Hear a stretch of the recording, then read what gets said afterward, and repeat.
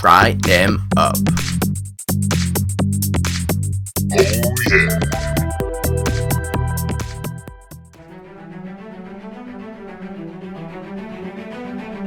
What the heck is this? It's 2 costs, 3-1.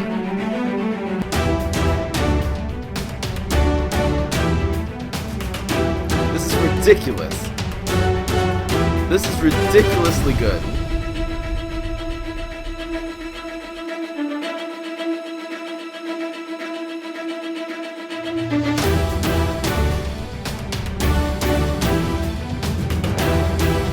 Gargyle just became ridiculous.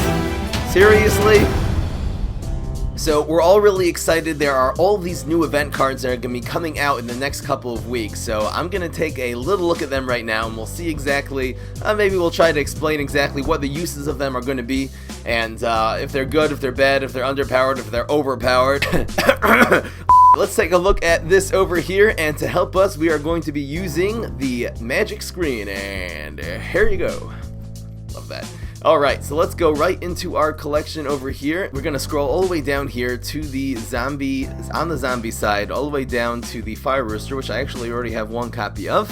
Let's take a look at this card. Now, this seems like it's actually going to be an extremely good card. Okay, so first of all, its stats. It's 2 costs, 3-1. Okay, it's kind of like decent stats. It's going to have some good abilities in order to be good, given the weak stats. But this moves to a random lane whenever a plant is played here. So this looks like a really good aggressive card. In a deck that you're trying to pile in as much damage as possible in a small amount of time, this could actually be a very effective card. It's a lot better than the original zombie chicken. I'll show you that really quickly, which is this card, which is it is cheaper, but only has 2/2 of stats. It's very, very similar to this card. The Fire Rooster, though, has another ability. When this enters a lane, do 1 damage to all plants there. So the question is, when you play this card, is it going to do damage to the minion like when you play it, or it's only when that actually ability triggers and it moves into a lane, like moves from lane to lane? So we're going to actually find out right now. Let's see if this actually does damage to this guy. It actually should kill this if it's going to be doing the damage here. Let's see. What's in the box? That explodes? Does it do damage? Yes, it does!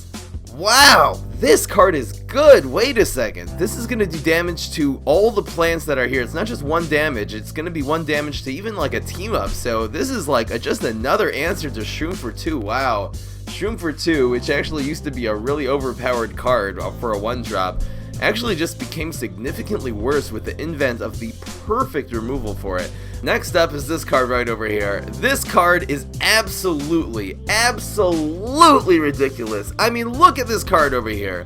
Just the raw stats. It's 5 attack, 5 health, and an armor. That's all it needed to be. It didn't need to be anything else.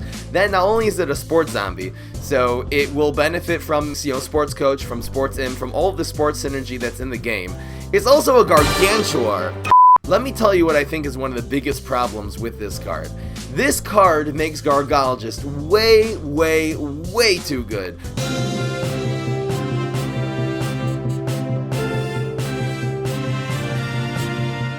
Rumor has it that defensive end has just changed.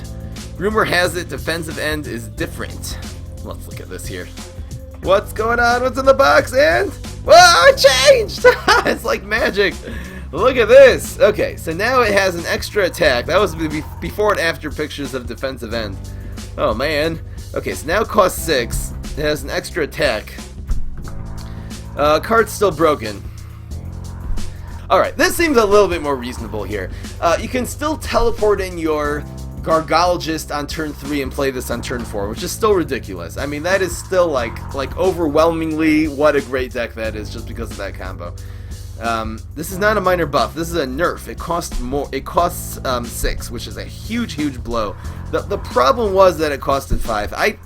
I wouldn't be surprised if in between now and then this thing ends up costing 7. I think 7 would be a good amount for this. Same stats, 6/5 and an armor. This thing would just cost 7, and that's it. It'll be defensive and gargantuar. Then it'll just be normal. Here's one. This is a very interesting. This is looks like a very powerful card. This is called Blooming Hearts. Looks like it's going to come out sometime around Valentine's Day. And first of all, good stats. It costs 1, it's 2/2, and it's also a flower, which really is good for the Kabloomy class. Solar Flare kind of struggled to make flower decks just because there aren't really that many flowers that cost like 1 or 2 or 3, you know, cheap flowers for Solar Flare to really get that synergy with, besides for all the obvious, you know, solar ones like Morning Glory. This is kind of like a better version of Morning Glory. It actually, when this does damage, it gains 1 attack every single time. It's not just when it does damage to the opposing hero, it's when it does damage to anything. This has really potential to be a very defining one-drop card in the game. This is a tempo card. And a tempo deck, when you're trying to get ahead on turn 1, a little more ahead on turn 2, and just keep on going like that, this is going to be very essential because it's putting a powerful card on the board that actually grows every turn, and the opponent's really going to have to deal with this quickly, or else they're going to, you know, get overwhelmed by the high attack potential that this card can have. Alright guys, that's enough for our little screen over here. So these are the cards that are going to be coming out in the near future, and get ready, especially for that Cards Defense event. That's going to be crazy. Alright guys, this is Fry. I hope you enjoyed, and I will see you in the next video. Peace. This is Fry.